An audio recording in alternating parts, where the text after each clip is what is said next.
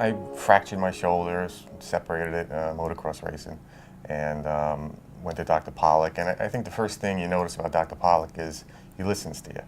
You know, he's not thinking 5 minutes in the past. He's not thinking 5 minutes ahead. He's focused on you, which is comforting.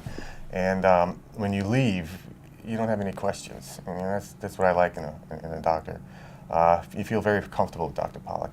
And he did some surgery on my shoulder, and I'm heavy into sports, you know, and motorcycle racing and activities. And I was leery about going back to him due to the injury, and he gave me full confidence I would be. And of course I doubted, you know, as we all do.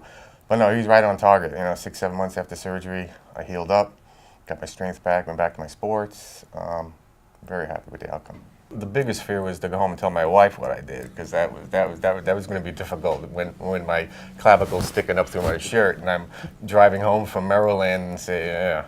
But all the way up from Maryland driving with a fractured shoulder, I'm thinking I get Dr. Pollock to look at this, because it's the first person that came to my mind. And I could pick half a dozen doctors that I could have gone to, but I picked Dr. Pollock.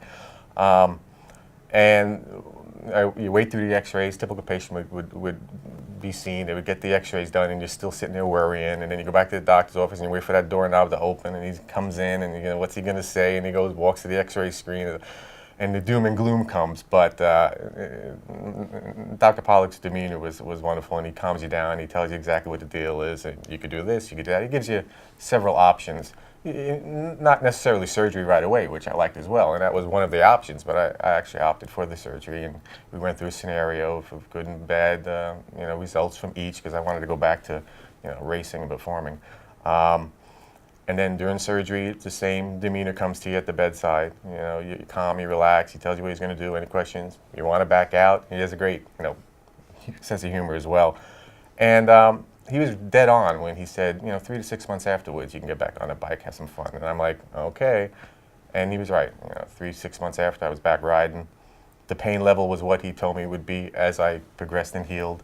Therapy was an option. I took care of myself on that. But and the outcome was superb.